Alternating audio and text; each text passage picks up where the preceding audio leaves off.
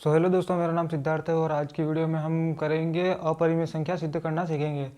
और हमने अगली कक्षाओं में भी पढ़ा था कि अपरिमेय संख्या सिद्ध कैसे करते हैं, जिसकी मैंने 2 वीडियो और डाल दी है चैनल पर। तो आप देख सकते हो आगे मेरी प्लेलिस्ट में जाके। तो जिसमें हमने एक तो सिंपल अपरिमेय संख्या है उसे कैसे सिद्ध करते हैं वो सीखा था, और दूसरी वीडियो में हमने सीखा था कि किसी अपरिमेय संख्या के साथ कोई संख्या जुड़ी हो तो उसे कैसे सिद्ध करते हैं, वो हमने सीख लिया था। और हम आज की वीडियो में हम सीखेंगे कि किसी भी अपरिमेय संख्या के साथ कोई भी संख्या उसके गुणे में जुड़ी हो या उससे मल्टीप्लाई हो रही हो तो उसे कैसे सिद्ध करते हैं।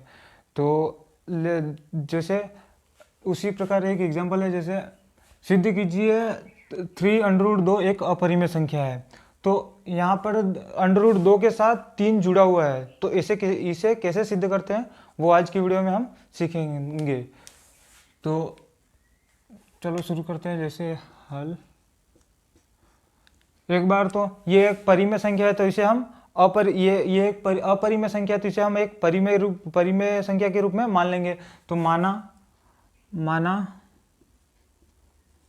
3√2 एक परिमेय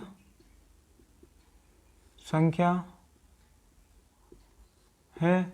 इसे मान लेंगे कि ये परिमेय संख्या है तथा इसे हम किसके रूप में लिख सकते हैं, इसे हम P/Q के रूप में लिख सकते हैं, जहां इस Q का मान कभी 0 नहीं होगा। मतलब Q का मान कभी 0 नहीं होना चाहिए।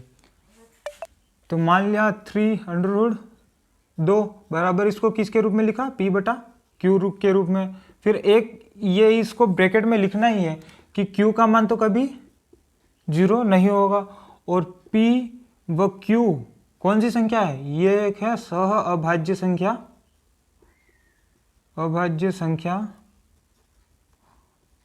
P व Q सहअभाज्य संख्याएं है, सहअभाज्य संख्या है। उसके बाद इसमें करना क्या है, जो परिमेय संख्या है, जो अंडर वाली संख्या है उसको अलग ले लेना है और जो सिंपल संख्या है उसको अलग कर देना है। मतलब जो भी अपरिमेय संख्या है, जो अंडर में संख्या है उसको अलग ही कर देना है। जिस प्रकार यहाँ पे अंडर का 2 है, 2 को अलग कर देंगे और उसके बाद 3 है तो अब 2 को अलग करेंगे, 2 इधर ही रहने देंगे। फिर ये 3 है, इसको हम इसके नीचे ले आएंगे।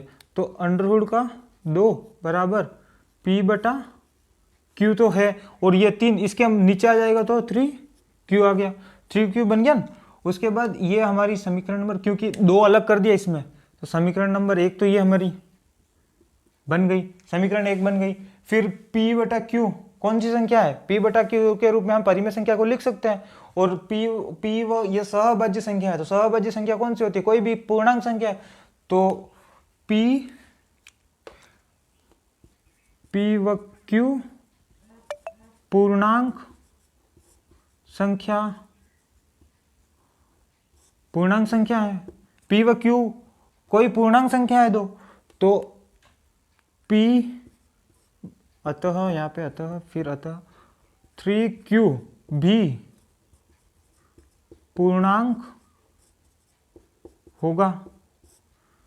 P/3Q ये भी कोई पूर्णांक है, तो उसी प्रकार P/3Q एक परिमेय संख्या है, क्योंकि इसको P/Q के रूप में लिखा है तो ये एक परिमेय संख्या है। तो एक परिमेय संख्या है, ये एक परिमेय संख्या है। उसी प्रकार इसको मैं इधर कर रहा हूं, ये एक परिमेय संख्या है, ठीक है। उसके बाद क्या है, अब समीकरण 1 में देखो, यहां तक तो इसको लिख दिया क्योंकि ये लिखना ही एग्जाम में लिखना है, इसमें क्या 3 नंबर के वैसे प्रश्न बनेंगे। उसके बाद समीकरण 1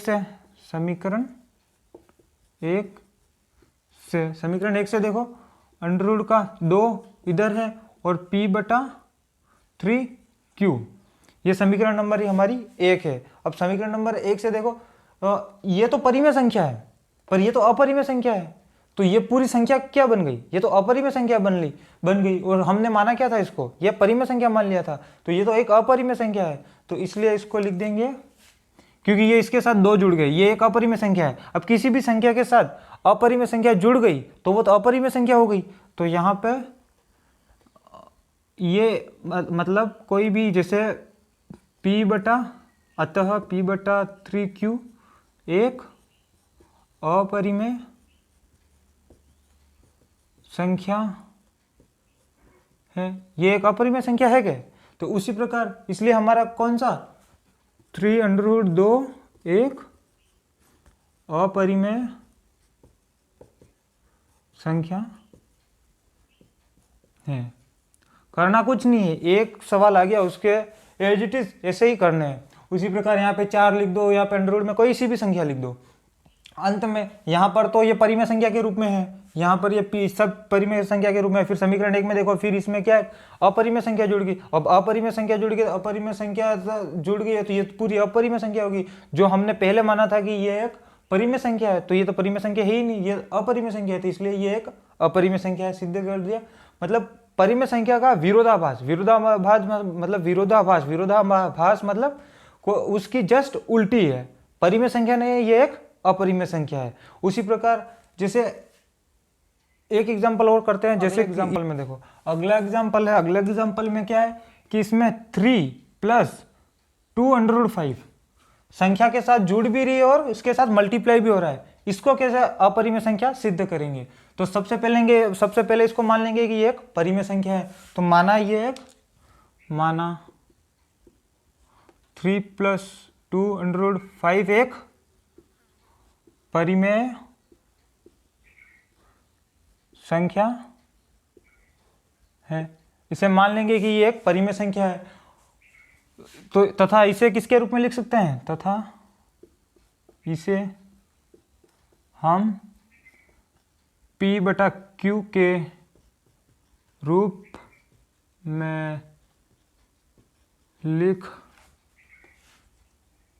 सकते हैं। p/q के रूप में हम लिख सकते हैं, जहां q का मान कभी 0 नहीं होगा। यहाँ पे या फिर नहीं होगा ये लिख दो, या फिर नहीं लिखो तो भी अच्छा है, नहीं होगा। इसका मतलब बीच में ये क्रॉस कर दिया, मतलब नहीं हो गया, नहीं होगा। फिर मान लेते 3 + 2√5 किसके बराबर है? p/q के रूप में है, मतलब इसको परिमेय संख्या माना है। परिमेय संख्या p/q के रूप में होती है। उसी प्रकार हमें इसमें भी यही करना है कि इसमें अंडर वाली संख्या अलग रखनी है और दूसरी संख्या एक तरफ ले जानी है, और दूसरी जो अंडर वाली संख्या है उसको एक तरफ रहने देनी है। इसमें अंडर वाली संख्या कौन सी है? इसमें अंडर वाली संख्या ये रही 5। अंडर का 5 इसमें जो अंडर का 5 है उसको एक तरफ रख देंगे, और जो ये संख्या है इसको हम इस तरफ ले आएंगे। तो एक बार तो सबसे पहले इस 3 को इधर भेज दो, इस 3 को इधर भेजोगे तो क्या बचेगा? एक बार तो 2√5 बराबर p/q। अब इधर ये प्लस का 3 है तो उधर जाके माइनस का 3 हो जाएगा, तो -3। अब इसको पूरा सोल्व करो तो यहाँ पे क्या होगा? केची गुणा होगा, तो यहाँ पे कुछ नहीं है तो मान लेंगे 1 है। तो उसी प्रकार यहाँ पे 2√5 बराबर 1 का गुणा p में क्या कितना है? Simple p। फिर माइनस का माइनस, फिर q का गुणा 3 में क्या? तो 3q, तो 3q अपॉन q का गुणा 1 में क्या? तो सिंपल q। ये संख्या आ गई हमारी। उसके बाद जो अपरिमेय संख्या है उसको, जो अंडरवुड वाली संख्या है उसको हमें अलग लेना है। तो इसमें जो इसके यहाँ पर ये 2 है, इस 2 को भी हमें इधर लाना पड़ेगा। तो ये अंडरवुड का 5 है वो इधर रह जाएगा, अलग रह जाएगा हमारे। तो अंडरवुड का 5 तो इधर रह गया, तो यहाँ पर ये जो 2 है इधर भेज दिया, तो ये इसके गुणे में तो इसके भाग में चला जाएगा। तो p - 3q अपॉन, अब q तो है, फिर ये 2 इसके भाग में आ गया तो क्या आ गया? 2q बन गया ना, 2q बन गया। तो 2q बना, तो ये हमारी कौन सी समीकरण आ गई? समीकरण नंबर 1 इसको मान लेंगे। ये समीकरण नंबर हमारी, इसको समीकरण नंबर हम 1 मान लेंगे। उसके बाद यहाँ पे करता हूँ, समीकरण नंबर हमारा 1 मान लिया। उसके बाद ये देखो p - q 3q upon 2q, तो p व q तो एक पूर्णांक संख्या है, सभाज्य। सॉरी, एक चीज अपन ने लिखी नहीं, यहाँ पे वो लिखनी ही है, यहाँ पर वो संख्या इसके फिर ब्रैकेट बना के q का मान तो कभी 0 नहीं होना चाहिए, और p व q सह अभाज्य संख्याएं हैं, ये हमें लिखना ही है। कुछ भी हो जाए ये लिखना ही है, क्योंकि इससे ये देखते ये देखेगा सबसे पहले, अगर ये लिखा है तो वो फिर सवाल देखेगा, नहीं देखेगा। तो ये कर दिया। उसके बाद हम इधर से ये शुरू कर रहे हैं, ये है तो p व q सहभाज्य संख्या है, मतलब कोई पूर्णांक संख्या है, तो अतः p व q एक पूर्णांक संख्या, p व q एक पूर्णांक संख्या है। तो फिर उसके बाद तो फिर p minus 3q, p minus 3q, तो फिर p माइनस 3q, ये एज इट इज लिख देनी, ये लिखनी है, ये अपरिमेय संख्या, इस परिमेय संख्या को एक बार लिखना है, अपॉन 2q। ये भी एक परिमेय संख्या है, ये एक परिमेय संख्या है, क्योंकि p बटा q के रूप में है, तो ये परिमेय संख्या है। और ये p व q कोई पूर्णांक संख्या है, तो मान लिया ये पूर्णांक संख्या है, फिर p minus 3q upon 2q एक परिमेय संख्या है। फिर समीकरण 1 से, अब समीकरण 1 में देखो, ये तो परिमेय संख्या है, तो समीकरण 1 से समीकरण 1 में देखो, समीकरण 1 लिख दो एक बार, अंडर का 5 बराबर p minus 3q upon 2q। अब समीकरण 1 से देखो, ये तो परिमेय संख्या है, पर ये अपरिमेय संख्या है। अब परिमेय संख्या के साथ अपरिमेय संख्या जुड़ गई थी, ये तो अपरिमेय संख्या हो गई। और हमने जो संख्या मानी थी कि ये हमने मानी थी कि ये परिमेय संख्या है, पर ये तो अपरिमेय संख्या है, तो इसलिए इसको कह देंगे अतः अंडर 5 बराबर p minus 3q upon 2q एक अपरिमेय संख्या, ये एक अपरिमेय संख्या है, इधर कर रहा हूं। इसलिए कौन सी संख्या हमारी थी, 3 प्लस 2 अंडर का 5 एक अपरिमेय संख्या है। फिर मान लेंगे लास्ट में ये एक अपरिमेय संख्या है। पूरे सवाल इसी टाइप के आएंगे, और जो अपने अपरिमेय संख्या से जो बनेंगे सबका एक एक सवाल हमने कर दिया है। मैं आशा करता हूँ कि आप अच्छे से सीख गए होंगे। और एक एग्जांपल और है, कोई संख्या अगर बटे में हो, जैसे बटे में भाग में हो, उसको कैसे सिद्ध करते हैं, चलो उसको। अगला सवाल हमारा इस टाइप से बन सकता है कि सिद्ध कीजिए 1/√2 का है, ये एक अपरिमेय संख्या है, इसको सिद्ध करना है। तो उसी प्रकार हम इसको मान लेंगे कि ये एक परिमेय संख्या है। तो सबसे पहले इसको माना कि इसको माना 1/√2 एक परिमेय संख्या है, मान लेंगे ये एक परिमेय संख्या है। उसके बाद तथा इसे p बटा q के रूप में हम लिख सकते हैं, और q का मान कभी 0 नहीं होना चाहिए, ये आगे लिखने हैं। जैसे तथा इसे हम p बटा q के रूप में लिख सकते हैं, इसे हम p बटा q के रूप में लिख सकते हैं, जहां q का मान कभी 0 नहीं होगा, मतलब q का मान कभी 0 नहीं होना चाहिए। उसी प्रकार माना क्या, 1/√2 बराबर p बटा q। अब इसमें देखो, इसमें क्या √2 नीचे है, भाग में है, तो इसको अलग करना है और इसको अलग करना है, ये तो पॉसिबल है नहीं, तो इसको मतलब व्युत्क्रम कर देंगे। तो ये 2 है, जस्ट इसका ऊपर चला जाएगा। इसका व्युत्क्रम करने पर कोई भी संख्या है जिसे √2 अगर नीचे हो तो इसको व्युत्क्रम कर नहीं सकते, क्योंकि इसको व्युत्क्रम करेंगे तो इधर आ जाएगा, तो फिर भी जमेगा ही नहीं, क्योंकि यहाँ पे भी इसको इधर ले आएंगे, ठीक है। तो यहाँ पे भी √2 ही 1/√2 ही बचेगा, ये व्युत्क्रम में तो जमेगा ही नहीं, तो इसको व्युत्क्रम कर मतलब इसका जस्ट उल्टा कर देंगे। तो व्युत्क्रम करने पर इसको व्युत्क्रम करो, मतलब जस्ट इसका उल्टा। तो अंडर रूट का 2 बराबर p बटा q, अंडर रूट का 2 p बटा q। तो अब अंडर रूट का 2 भी अलग हो गया, रूट की संख्या भी हमारी अलग हो गई और परिमेय संख्या भी अलग है। तो इसलिए अब यहाँ पे सॉरी एक और नहीं लिखा, ये भूल ही जा रहा हूँ, आप लिख देना p बट q का मान कभी 0 नहीं होना चाहिए। और p व q कौन सी संख्या है? सह अभाज्य संख्याएं हैं, सहभाज्य संख्याएं हैं, ब्रैकेट बंद। उसके बाद इसलिए अतः p व q कौन सी संख्या है? एक पूर्णांक संख्या है, एक पूर्णांक संख्या है क्योंकि सहभाज्य संख्या है, कोई p व q कोई पूर्णांक संख्या है, तो पूर्णांक संख्या है, p व कोई पूर्णांक संख्या है। तो उसी प्रकार तो ये लिखो या नहीं लिखो तो कोई बात नहीं, लिख देते हैं p बटा q एक परिमेय संख्या है, परिमेय संख्या, ये एक परिमेय संख्या है क्योंकि p बटा q के रूप में हमने लिखा, ये एक परिमेय संख्या बन गई।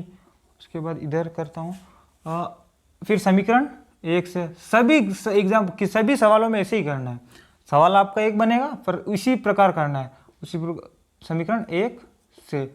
हमारी समीकरण 1 कौन सी है? ये रही समीकरण 1 है, जो अंडर रूट का अलग करने पर और परिमेय संख्या को अलग करने पर संख्या बट समीकरण बना, वो समीकरण नंबर हमारा 1 से। तो समीकरण अंडर रूट का 2 बराबर p बटा q।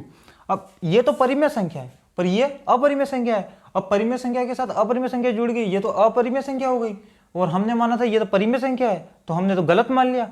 ये जो परिमेय संख्या थे, अपरिमेय संख्या परिमेय संख्या थी, उसकी विरोधाभास होगी, मतलब उसका जस्ट उल्टा हो गया। तो इसलिए अतः अंडर रूट 2 बराबर p बटा q एक अपरिमेय संख्या,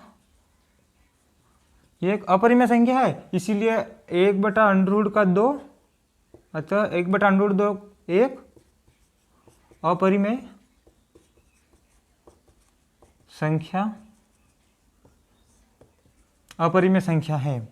तो उसी प्रकार सब एग्जाम्पल हमने एक एक एग्जाम्पल किया, सब एग्जाम्पल मतलब एग्जाम्पल है जो भी सवाल किया हमने वो सब इसी तरह से करेंगे। और जो अब ये प्रश्नावली हमारी कंप्लीट होती है जिसमें हमने HCF और LCM निकालना सीख लिया और परिमेय संख्या सिद्ध अपरिमेय संख्या सिद्ध करना सीख लिया। और इसी से इस जो अपने वास्तविक संख्या का जो टॉपिक है, इस टॉपिक से हमारे 4 नंबर के जो प्रश्न बनेंगे, या तो 2 प्रश्न पूछेंगे, एक LCM और HCF निकलवाएगा या फिर आपका ये अपरिमेय संख्या सिद्ध करवाएगा। और 100% अपरिमेय संख्या एक तो सिद्ध करवाएगा ही, और HCF और LCM 1 नंबर में दे दे तो 3 नंबर का ये दे दे कि अपरिमेय संख्या सिद्ध कीजिए, क्योंकि 2 सवाल आपके इस प्रश्नावली वास्तविक संख्या से बनेंगे और जो 2 सवाल बनेंगे, एक परिमेय संख्या अपरिमेय संख्या सिद्ध करवाएगा और दूसरा LCM और HCF ज्ञात करवाएगा। तो हमने HCF और LCM ज्ञात करना सीख लिया और अपरिमेय संख्या सिद्ध करना सीख लिया। तो मैं आशा करता हूं कि आप ये अपने LCM और HCF निकालना सीख गए होंगे और अपरिमेय संख्या सिद्ध करना सीख गए होंगे। और अगर ये समझ में आया हो तो आप कमेंट में मुझे बता सकते हो, और नहीं समझ में आया हो तो हमें कमेंट में बता सकते हो, तो हम वापस इस क्लास को हम वापस कर लेंगे, क्योंकि इस प्रश्नावली से हमारे 4 नंबर आएंगे और बहुत ईजी टॉपिक है। अब कल से हम अगला टॉपिक शुरू करने जा रहे हैं, जिसका जो टॉपिक है हमारे 2 चर वाले रैखिक समीकरण, उससे हमारे 6 नंबर के प्रश्न बनेंगे, क्योंकि उसमें एक ग्राफ तो आएगा, 100% एक ग्राफ पूछेगा। तो हम अगला टॉपिक शुरू करेंगे जिसमें ग्राफ विधि से ग्राफ सोल्व करना हम सीखेंगे। और